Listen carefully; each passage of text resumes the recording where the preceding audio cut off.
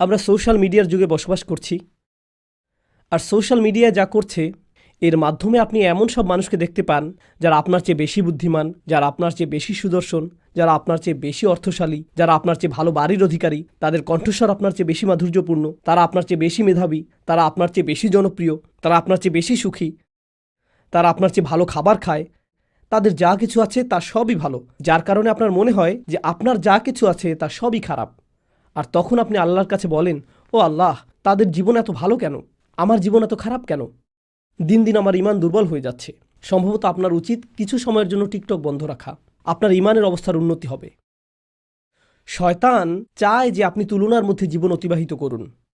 প্রথম থেকেই সে নিজেকে আদম আলাইহিসসালামের সাথে তুলনা করেছিল, এটাই তাকে ধ্বংস করেছে।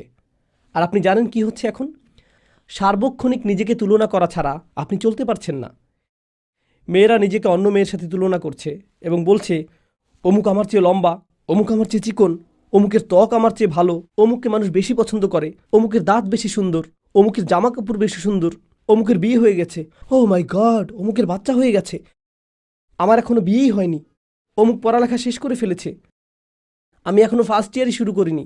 সার্বক্ষণিক তুলনা আপনাকে ধ্বংস করে ফেলেছে এবং আপনার ইমান ধ্বংস করে ফেলেছে। এই কারণে আপনি লক্ষ্য করছেন না যে আপনার কি আছে, আপনি সবসময় লক্ষ্য করছেন অন্য মানুষের কি আছে, আর তখন আপনার যা আছে তা আপনার কাছে নগণ্য মনে হয়। আল্লাহর শপথ, যদি আপনার কাছে কোনো খাবার না থাকে আর তখন আপনাকে কেউ ছোট এক টুকরা রুটি দেয়, তাতে আপনি সন্তুষ্ট হয়ে যাবেন। কিছু না থাকার চেয়ে সামান্য কিছু থাকাও ভালো। কিন্তু আপনার কাছে যদি সেই এক টুকরা রুটি থাকে আর আপনি তাকিয়ে দেখেন যে অন্য একজনের কাছে আরও বড় রুটির টুকরা আছে, তখন সহসাই সেই এক টুকরা রুটিতে আপনি আর সন্তুষ্ট থাকবেন না। যদি আপনি অন্য কোনো দিকে না তাকিয়ে নিজের মতো করে থাকেন, এটাই যথেষ্ট।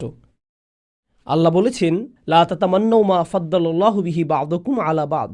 তোমরা আকাঙ্ক্ষা করো না সেই সবের যার মাধ্যমে আল্লাহ তোমাদের একের উপর অপরকে শ্রেষ্ঠত্ব দান করেছেন। অন্য সেই সকল জিনিসের প্রতি আকাঙ্ক্ষা করতে থাকবে না। লিররিজালি নাসিবুম মিম্মা ইকতাসাবু ওয়া লিন-নিসাই নাসিবুম মিম্মা ইকতাসাবনা।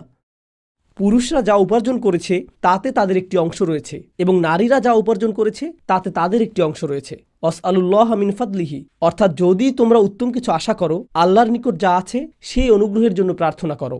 আল্লাহর কাছে এই প্রার্থনা করবে না যে ও আল্লাহ, তার কাছ থেকে এটা কেড়ে নিয়ে আমাকে দিন। না না না না না, আল্লাহর নিকট যা আছে তা থেকে চান। তো আপনাদের হতাশা এবং ইমানের দুর্বলতার বেশ বড় একটা অংশ আসছে অন্য মানুষের প্রতি এবং তারা কি করছে তার প্রতি আপনার মন সবসময় আচ্ছন্ন থাকার কারণে। তো আপনাদের হতাশা এবং ইমানের দুর্বলতার বেশ বড় একটা অংশ তৈরির কারণ হলো আপনার মন সবসময় আচ্ছন্ন থাকে অন্য মানুষকে নিয়ে। তারা কি করছে, তারা কোথায় বসবাস করছে, তারা কেমন আছে, তাদের জীবনে কি ঘটে যাচ্ছে। আপনার নিজের জীবনযাপন করুন। সোশ্যাল মিডিয়া ব্যবহার করে আপনি অন্যের জীবনযাপন করা থেকে বিরত থাকুন। তারা কৃত্রিম। সোশ্যাল মিডিয়ায় সবচেয়ে সুখী দম্পতি, তাদের দাম্পত্য সম্পর্ক শোচনীয় অবস্থায় আছে, কিন্তু তাদেরকে এটা প্রদর্শন করতে হবে যে তাদের দাম্পত্য জীবন কতই না সুন্দর, কারণ এর ফলে তাদের সোশ্যাল মিডিয়াতে নেতিবাচক প্রভাব পড়বে। এই জগৎটা কৃত্রিম, এর বড় একটি অংশ কৃত্রিমতায় পূর্ণ, আর এটাকেই আপনি মানদণ্ড মনে করছেন।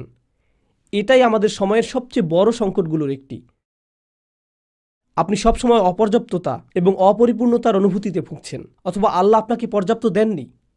এটা ঈমান দুর্বল করার বড় কারণগুলোর একটি। আল্লাহ আপনাদের সবাইকে এটা থেকে রক্ষা করুন।